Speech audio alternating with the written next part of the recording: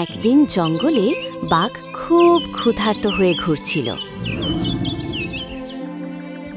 হঠাৎ সে দেখতে পেল একটি ছোট খরগোশ গাছের নিচে বসে গান গাইছে।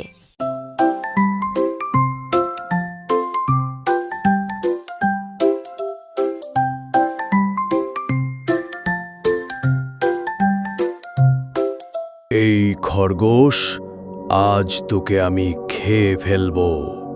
ও বাঘ ভাই, আমাকে খেলে তো আপনার পেটই ভরবে না। এই পিচ্চি খরগোশ, তাহলে আমি কি করব? ভাই, তুমি আমাকে খেও না, তোমাকে আমি একটি গোপন খবর দেব। তে পিচ্চি খরগোশ, তুই আমাকে কি খবর দিবি? আমাকে বল। এই জঙ্গলে আপনার থেকেও আরো বড়, মোটা ও শক্তিশালী একটি বাঘ রয়েছে। কি? আমার জঙ্গলে আরেকটা বাঘ?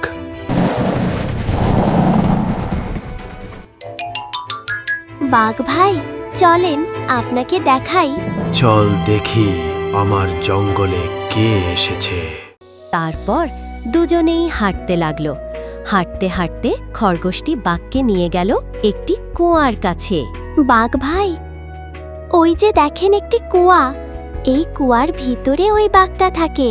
বাঘ কুয়ার নিচে তাকিয়ে নিজের প্রতিছবি দেখতে লাগলো আর বলল, এ কি, কুয়ার মধ্যেও আরেকটা বাঘ? বাঘ গর্জন করে বলল, ওই তুই কে? কোথা থেকে আমার জঙ্গলে ঢুকেছিস?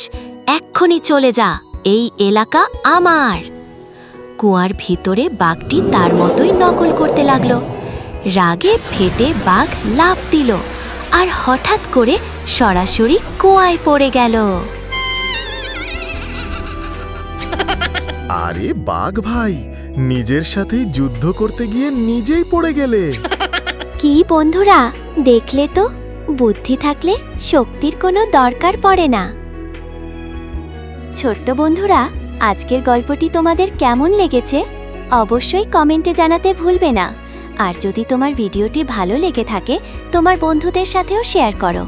যারা এখনও আমার চ্যানেলটি সাবস্ক্রাইব করনি, তাড়াতাড়ি সাবস্ক্রাইব করো আর পাশে থাকা বেল আইকনটি বাজিয়ে রাখো। তাহলে পরবর্তী ভিডিওটি তুমি সবার আগে পাবে। ধন্যবাদ।